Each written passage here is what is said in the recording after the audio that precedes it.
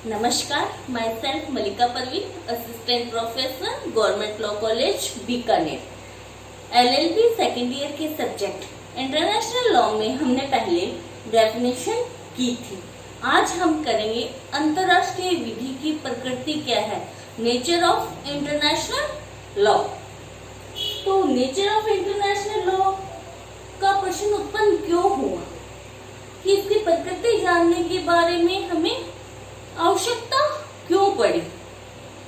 इसमें सबसे पहले क्वेश्चन ये अराइज होता है कि कुछ विधि शास्त्री जिन्होंने राज्य विधि का अध्ययन किया था, कुछ विधि शास्त्री ऐसे हैं जिन्होंने सिर्फ राज्य विधि का ही अध्ययन किया था और राज्य विधि के अध्ययन करने से उन्हें राज्य विधि में जो जो विशेषताएं प्रकट हुई, वो विशेषताएं उन्हें इंटरनेशनल लॉ अंतरराष्ट्रीय विधि में नजर नहीं आई।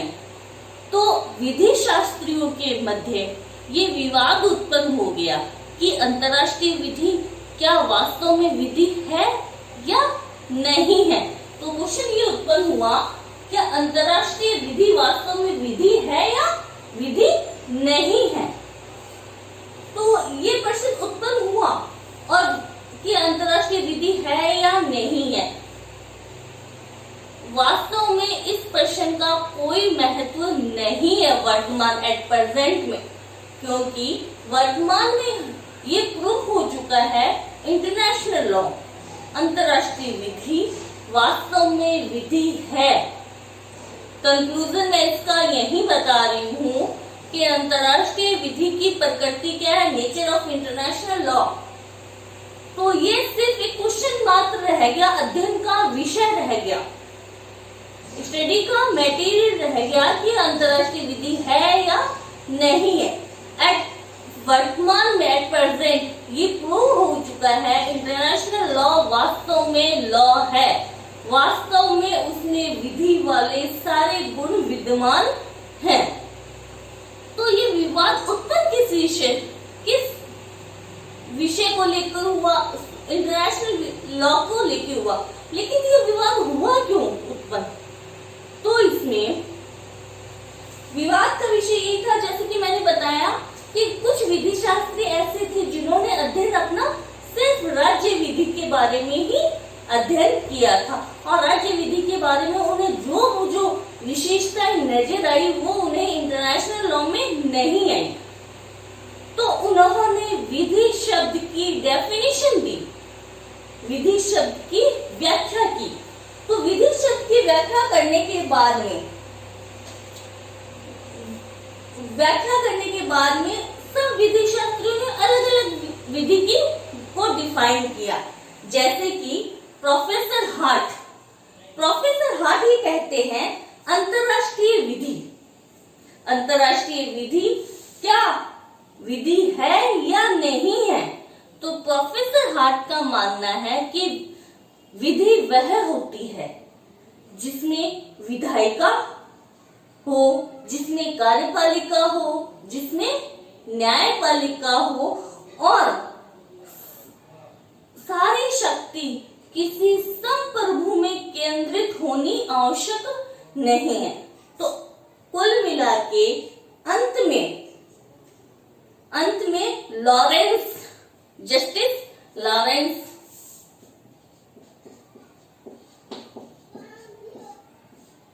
विधि शास्त्री लॉरेंस ने ये कहा कि अंतरराष्ट्रीय विधि है, पर जो मतभेद विधि शास्त्रियों के बीच में उत्पन्न हुआ कि विधि है या नहीं है, ये विधि की परिभाषा को लेकर हुआ।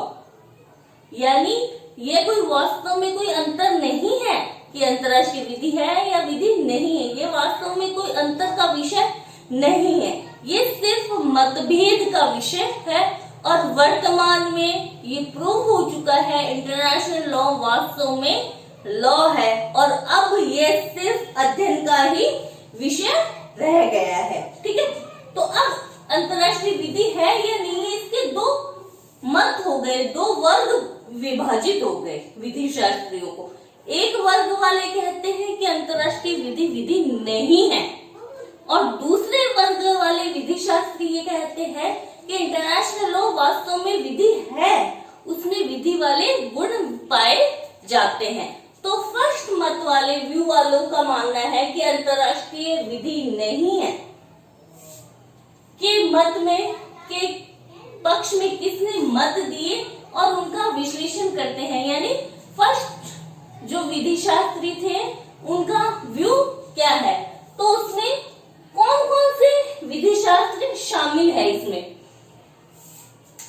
विधि शास्त्री मत के समर्थक ऑस्टिन, प्यूफेनड्रॉफ, हॉब्स, हॉलैंड, जर्मी बेंथम और जर्थो ब्राउन, यानी ये ये छह विधि शास्त्री, ये जो छह जूरिस्ट हैं, इनका ये मानना है कि अंतरराष्ट्रीय विधि वास्तव में विधि नहीं है, क्योंकि ऑस्टिन ने डेफिनेशन दी है कि विधि संप्रभु का समादेश है। यानी विधि क्या दी, किसी संप्रभु सॉवरिन द्वारा दी जाती है और उसका आदेश है, यानी सॉवरिन के द्वारा दिया गया विशिष्ट या सामान्य समादेश यानी आदेश है। और अगर उस समादेश का पालन नहीं किया जाता है तो अनुशास्ति यानी पेनल्टी या दंड भुगतना पड़ता है। तो ऑस्टिन की ये डेफिनेशन कि विधि संप्रभु का समादेश है इंटरनेशनल लॉ में अप्लाई नहीं होती। क्यों नहीं होती? कि यहाँ पर कोई संप्रभु नहीं है, यहाँ पर कोई समादेश नहीं दिया जाता, कोई ऑर्डर नहीं दिया जाता कि जिसे सामान्य वर्ग या सामान्य बहुसंख्यक वर्ग के द्वारा उसको फॉलो किया जाए। और अगर वो फॉलो नहीं करते, ना तो संप्रभु है ना समादेश है, और अगर ऐसा कोई ऑर्डर निकाला भी जाता है तो उसका पालन नहीं होने पर कोई अनुशास्त्रीय पेनल्टी नहीं लगाई जाती है। ऐसे ही हॉब्स ने कहा कि मनुष्य प्रकृति से स्वच्छंदकारी होता है या नटखट होता है, यानी मनुष्य में के स्वभाव में ही आजादी नटखटपन समाया हुआ होता है। उसे कंट्रोल करने के लिए यानी मानव व्यवहार को कंट्रोल करने के लिए विधि यानी लॉ में भय निहित होना आवश्यक है। अगर अनुशास्त्री ही नहीं होगी तो विधि का पालन लोग नहीं करेंगे। इससे सिर्फ निश्चायक या नैतिक आदेश कह के टाल दिया जाएगा। तो इंटरनेशनल लॉ में जैसे कि हॉब्स, प्यूफेनड्रॉफ और ऑस्टिन ने कहा कि विधि किसी शासक राजनीतिक संप्रभु का ऑर्डर होता है। ये नहीं है, ये सत्य नहीं है, क्योंकि इंटरनेशनल लॉ में ना कोई संप्रभु, ना कोई समादेश, ना कोई अनुशास्त्री है, ना ही विधि में भय समाहित है। तो इनके अनुसार यानी ये जो छह जूरिस्ट हैं Austin, प्यूफेनड्रॉफ, Hobbs, Holland, जर्मी Bentham, जर्थो brown, इन छह जूरिस्ट या विधि शास्त्रियों का मानना है अंतरराष्ट्रीय विधि वास्तव में विधि नहीं है। के पक्ष में यानी ये इस मत के पक्ष में इन्होंने तर्क प्रस्तुत किए, अपने कहा स्पष्ट तर्क किया था। इनके अनुसार ये जो छह विधि शास्त्री हैं, इनके अनुसार हर राज्य विधि में एक राजनीतिक सत्ता होती है, यानी संप्रभु होता है। राजनीतिक सत्ता होती है जो लोगों को ऑर्डर देती है, आदेश दिया जाता है, और उस आदेश का पालन नहीं किया जाता तो उन पर दंड अधिरोपित या पेनल्टी अधिरोपित की जाती है। जबकि अंतरराष्ट्रीय विधि में ना कोई राजनीतिक सत्ता है, ना ही राजनीतिक सत्ता के द्वारा कोई आदेश दिया जाता है, और अगर कोई आदेश दिया भी जाता है और तो उसका पालन नहीं होने पर अनुशास्त्री नहीं लगाई जाती है। नेक्स्ट आता है राज्य विधि में, हर एक राज्य विधि में लेजिस्लेचर होता है, विधायिका होती है जो कि कानूनों का निर्माण करती है, नियमों को या विधि का निर्माण करती है, जबकि इंटरनेशनल लॉ में कोई विधायिका नहीं है।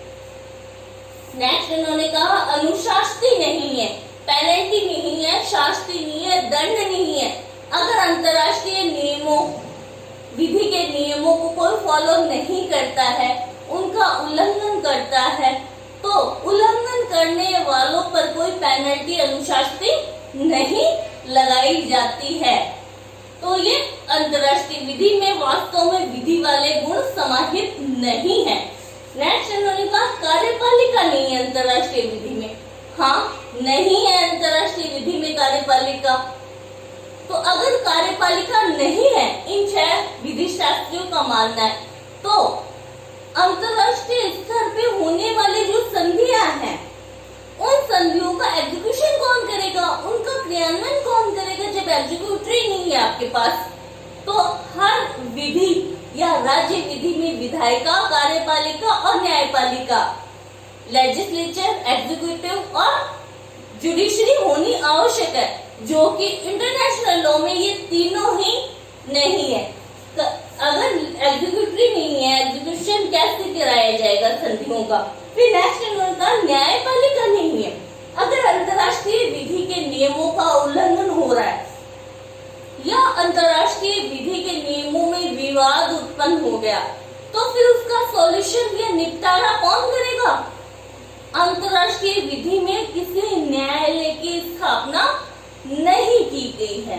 तो ये उन्होंने अपने मत के पक्ष में तर्क प्रस्तुत किए। तो इन 6 विधि शास्त्रियों का मानना है कि अंतरराष्ट्रीय विधि वास्तव में विधि नहीं है। तो उसका सिंपल सा कोड बनाया है मैंने कि ये 6 विधि शास्त्रियों का नाम याद होने चाहिए अपने को, क्योंकि नीट के एग्जाम में एक नाम दे दिया जाता है और पूछ लिया जाता है कि क्या ये अंतरराष्ट्रीय विधि को विधि मानते हैं या नहीं मानते। तो इसका कोड बनाया हुआ है APJJHH, Austin, प्यूफेनग्राफ, Hobbs, Holland, जर्मी Bentham और जर्थो ब्राउन। APJJHH, ठीक है, तो ये याद हो जाएगा अपने को। ठीक है, फिर आता है इन्होंने अपने मत के पक्ष में कई तर्क प्रस्तुत किए, इस कारण ये अंतरराष्ट्रीय विधि को विधि नहीं मानते हैं। प्रथम मत यानी अंतरराष्ट्रीय विधि नहीं है के मत की आलोचना की गई। आलोचना किसने की? हार्ट ने की और ओपेनहाइम ने की। हार्ट ने, अब पूछ लिया जाता है कि मत की आलोचना किसने की थी, तो प्रोफेसर हार्ट ने और प्रोफेसर ओपेनहाइम ने इस मत की आलोचना की। प्रोफेसर हार्ट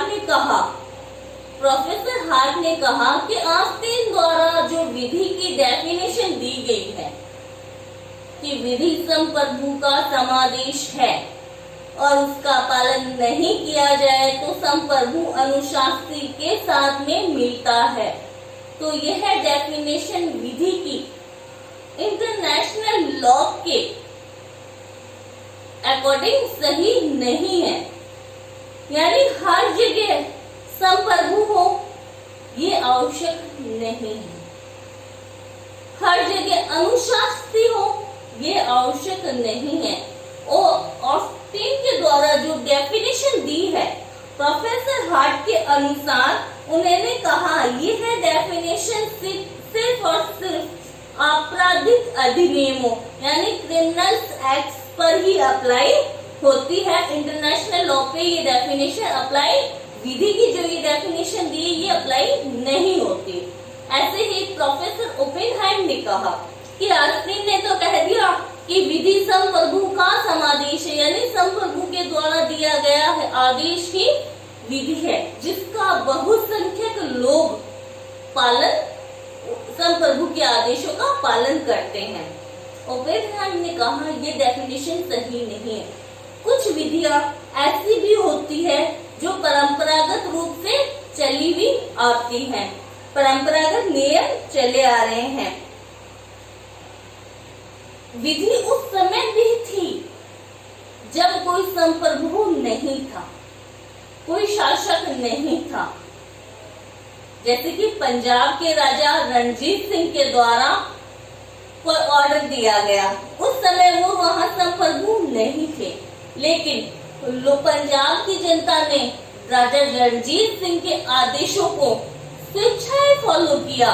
उस ऑर्डर के पीछे कोई अनुशासनिक या पेनल्टी या दंड नहीं था। तो विधि परंपरागत भी हो सकती है, न्यायालय के द्वारा दिया गया आदेश भी हो सकती है। तो ऑस्टिन के द्वारा जो विधि की डेफिनेशन दी गई है, प्रोफेसर ओपेनहाइमर ने कहा ये डेफिनेशन सही नहीं है और अंतरराष्ट्रीय विधि वास्तव में विधि है। ठीक है, तो नेक्स्ट वीडियो में देखते हैं अपन। यहाँ पर मुझे लगता है कि आपको समझ आ गया हो कि कौन से विधि शास्त्री हैं जो ये मानते हैं कि अंतरराष्ट्रीय विधि वास्तव में विधि नहीं है, और क्यों मानते हैं, उनके तर्क भी मैंने यहाँ पर लिखे हैं। आई होप समझ आया होगा। नेक्स्ट वीडियो में हम देखेंगे कि जो विधि शास्त्री ये मानते हैं कि अंतरराष्ट्रीय विधि वास्तव में विधि है, वो क्या तर्क देते हैं, कौन से विधि शास्त्री हैं। Thank you so much.